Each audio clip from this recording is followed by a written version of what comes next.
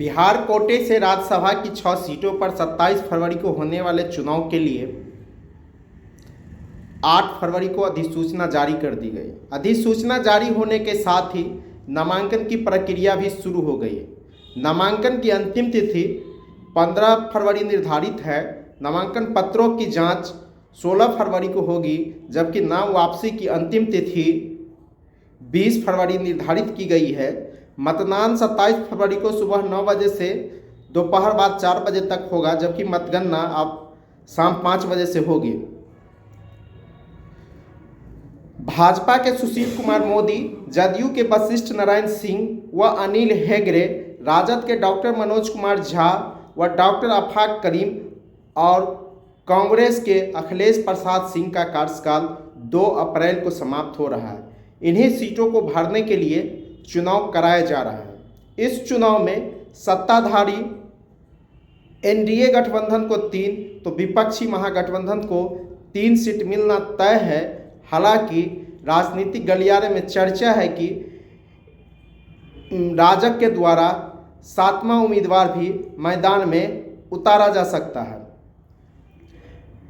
जदयू से संजय कुमार झा का जाना लगभग तय माना जा रहा है। हालांकि यह भी चर्चा है कि अगर मुख्यमंत्री नीतीश कुमार 12 फरवरी को बिहार विधानसभा में विश्वास मत हासिल नहीं कर पाते हैं तो वे अपने पद से इस्तीफा दे देंगे और राज्यसभा का चुनाव लड़ेंगे और राज्यसभा चले जाएंगे। इसके बाद केंद्र में वे मंत्री भी बन सकते हैं। इसके साथ साथ राजद से डॉक्टर मनोज झा और आफाक करीम का जाना तय माना जा रहा है। वहीं भाजपा के बिहार प्रभारी विनोद तावरे और सुशील कुमार मोदी के जाने की चर्चा है। तो इंडिया गठबंधन से 6ठी सीट पर कांग्रेस के अखिलेश प्रसाद सिंह का दावा सबसे ज़्यादा मजबूत बनता हुआ दिख रहा है। हालांकि यह राजद सुप्रीमो लालू प्रसाद ही तय कर पाएंगे कि कांग्रेस को वह सीट देते हैं या लेफ्ट पार्टियों को देते हैं। हालांकि वोट की गणित के अनुसार राजद 2 सीट जीतने के बाद उसके पास 10 अतिरिक्त वोट रहेगा, क्योंकि इस बार 6 सीटों के लिए चुनाव हो रहा है और 1 सीट पर जीत के लिए 35 विधायकों की वोट की आवश्यकता पड़ेगी।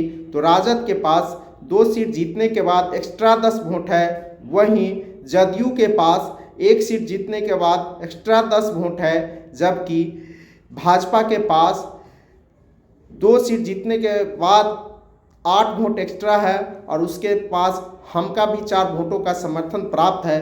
तो एक तरह से कहा जाए कि राजग गठबंधन के पास 3 सीटें जीतने के बाद 22 वोट एक्स्ट्रा है।